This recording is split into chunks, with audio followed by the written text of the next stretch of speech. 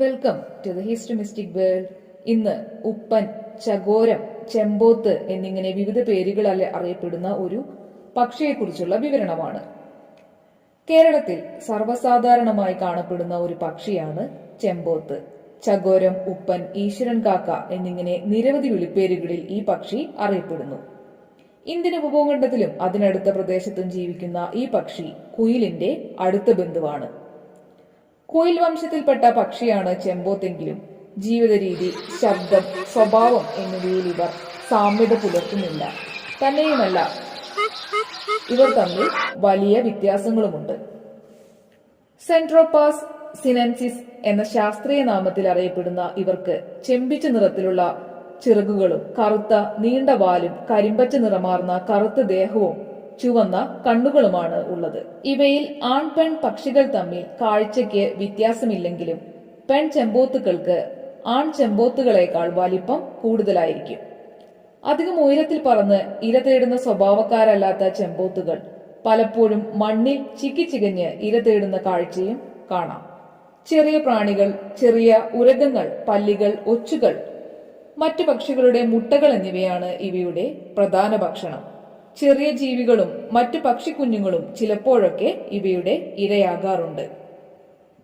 ഇന്ത്യയിലെ ഏതാണ്ട് എല്ലാ സംസ്ഥാനങ്ങളിലും വ്യാപകമായി കാണപ്പെടുന്ന ഉപ്പൻ കുറ്റിക്കാടുകളിലെ ഇലച്ചില്ലുകൾ തിങ്ങി നിറഞ്ഞ അധികം ഉയരമില്ലാത്ത മരങ്ങളിൽ കൂടൊരുക്കി മുട്ടകളിടുന്നു. ഒരു കൂട്ടിൽ 4 വരെ മുട്ടകൾ ഉണ്ടാകാറുണ്ട്. മങ്ങിയ വെളുപ്പ് നിറമാണ് ഇവയുടെ മുട്ടകൾക്ക്. ജനുവരി മുതൽ ജൂൺ വരെയുള്ള കാലമാണ് ഇവയുടെ പ്രജനന കാലം.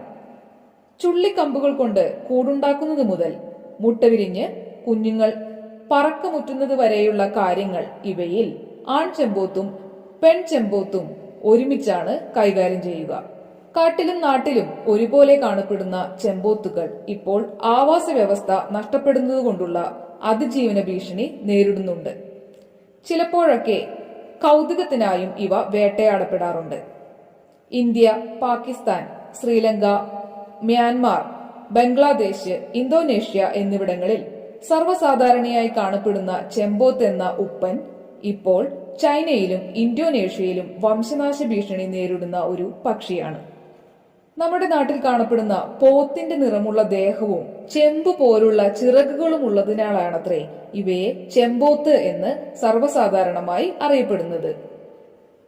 ഇനി ഉപ്പനെ കുറിച്ച് വളരെ രസകരമായൊരു കഥ പറയാം.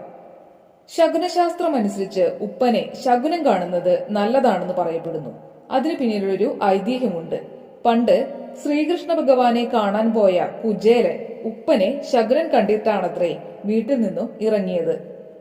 കൃഷ്ണന്റെ അടുത്തെത്തിയ കുചേലന് കൃഷ്ണൻ ധാരാളം സമ്പത്ത് നൽകി അനുഗ്രഹിക്കുകയുണ്ടായി. അങ്ങനെ കുചേലൻ സമ്പന്നനായി, ദാരിദ്ര്യം മാറി. അതുകൊണ്ട് തന്നെ ഉപ്പനെ ശകുനം കണ്ട് ഇറങ്ങുന്നത് ഐശ്വര്യത്തിന്റെ പ്രതീകമാണെന്നും ഐശ്വര്യദായകമാണെന്നും പറയപ്പെടുന്നു. ഇനി ഒരു രഹസ്യം കൂടി പറഞ്ഞുതരാം. ഉപ്പനെ ശകുനം കണ്ട ഭാഗ്യം പൊയ്പോകാതിരിക്കുവാനായി ഉപ്പനെ ശകുനം കണ്ട കാര്യം ആരോടും പറയുകയോ ദാ ഉപ്പൻ എന്ന് പറഞ്ഞ് അതിനെ വിളിച്ചു കാണിക്കുകയോ ചെയ്യരുത്.